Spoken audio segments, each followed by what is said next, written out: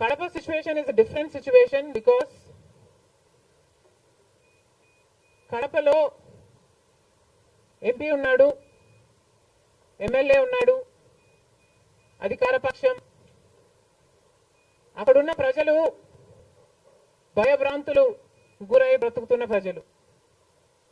ప్రభుత్వానికి వ్యతిరేకంగా అంటే యువజన శ్రామిక రైతు పార్టీకి వ్యతిరేకంగా పనిచేస్తే, ఓటేస్తామని తెలిస్తే మాకు వచ్చే స్కీములు పోతాయి, అవి కాకుండా మా మీద కేసులు పెడతారు, దాడులు చేస్తారు అన్న భయం కూడా ప్రజలలో ఉంది. ఓటుకి 3,500 రూపాయల నుంచి ఇవ్వడం జరిగింది. విచ్చలవిడిగా డబ్బులు ఖర్చు పెట్టారు, డబ్బులు పని చేయకపోతే బెదిరించారు, లేకపోతే కేసులు పెడతామని, స్కీములు తీసేస్తామని, ఇలాంటి ఎన్నో ప్రలోభాలకు కడప ప్రజలు గురయ్యారు. ఇవన్నీ కూడా పనిచేశాయి. నేను కడపలో గెలవకపోవడానికి కారణం టైం అనే నేను అనుకుంటున్నాను. బికాస్ నేను కడపలో తిరిగింది కేవలం 14 రోజులు మాత్రమే.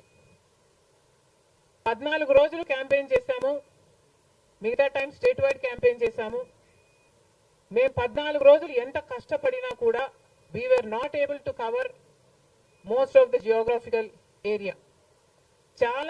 చాలా మటుకు రూరల్ ప్రాంతాలలో కనీసం రాజశేఖర రెడ్డి బిడ్డ పోటీ చేస్తుంది అన్న విషయం కూడా చాలా మందికి తెలియలేదు. మేము పోటీ చేసింది కూడా ఎలాగైనా సరే మళ్ళీ హంతకులు, హత్య చేపించిన వాళ్ళు చట్టసభలకు వెళ్ళకూడదు అని ఉద్దేశంతో మాత్రమే పోటీ చేయడం జరిగింది. సరే, అది జరగకపోయి ఉండొచ్చు, కానీ ప్రజల కంటే పైన ఉన్నది దేవుడు. ఐఎమ్ వెరీ ష్యూర్ వాళ్ళ పాపం పండుతుంది, పండే రోజు కోసం దేవుడు కూడా ఎదురు చూస్తున్నాడని నా అభిప్రాయం.